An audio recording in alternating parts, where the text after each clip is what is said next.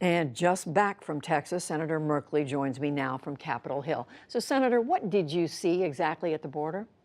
Well, I saw two things. I was able to go to a processing center, and I was given permission to enter that. That's run by the Department of Homeland Security. And in that processing center, you have one room where people have just arrived. There are cyclone fence and post cages in which people are put. It was very, very crowded. Folks had nothing but their clothing and these space blanket tin foil contraptions. And then they went through processing, and then there was a warehouse with much larger units, also built with fences and fence posting. And there people were separated. Children were separated from their parents. And there was one enclosure that had a significant number of children, several dozen, maybe 3 or 4 dozen children.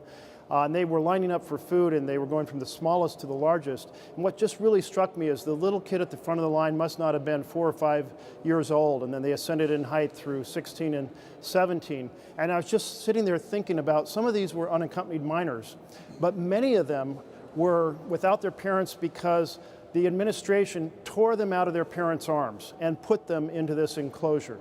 And these are folks who are applying for asylum. So they have experienced horrendous circumstances overseas, probably difficult circumstances getting to the border. They have in mind that Statue of Liberty and the fact that we are a nation of folks with ancestors who came to America escaping affliction.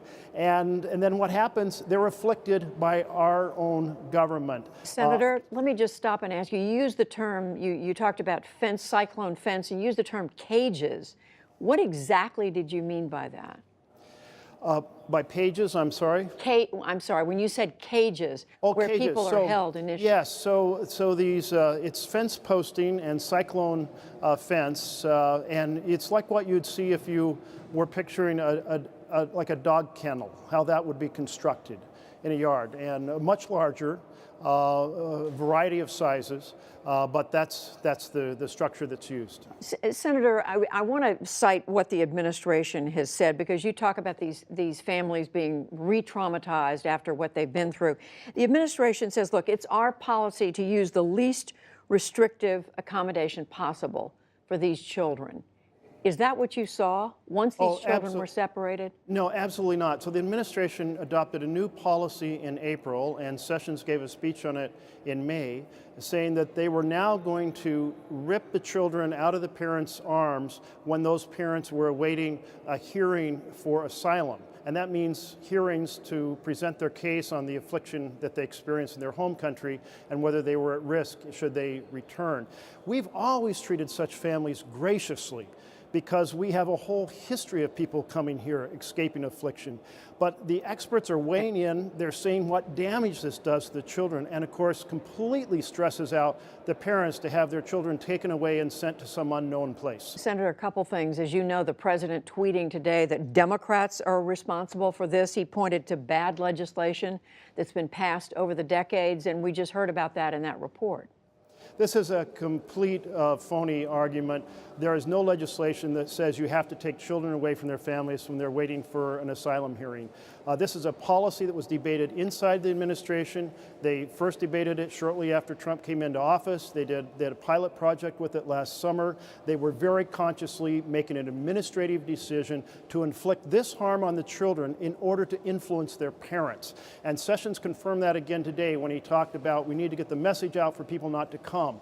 The argument was if we afflict the children, the parents will not come and seek asylum. The White House, again, I'm sure you've heard this today, the White House spokesman is saying, accusing you of, quote, irresponsibly spreading blatant lies, quote, smearing hardworking, dedicated law enforcement officials who are working at the border, and then goes on to talk about some things that have happened in your own home state where immigrants have been treated badly. Yes, the administration doesn't want to address the actual issue of their decision to afflict children to influence parents. And so they're changing the topic. They're running a smear campaign. They're attacking me on all kinds of things. Realize what that is. That's an enormous distraction. It's important for the media to go back to the administration and say, quit changing the topic. Why did you adopt this policy? Why are you inflicting harm on the children to influence the parents as you have described that you are doing? Senator Jeff Merkley of Oregon, just back from the border with Mexico. We thank you. You're welcome. Thank you, Judy.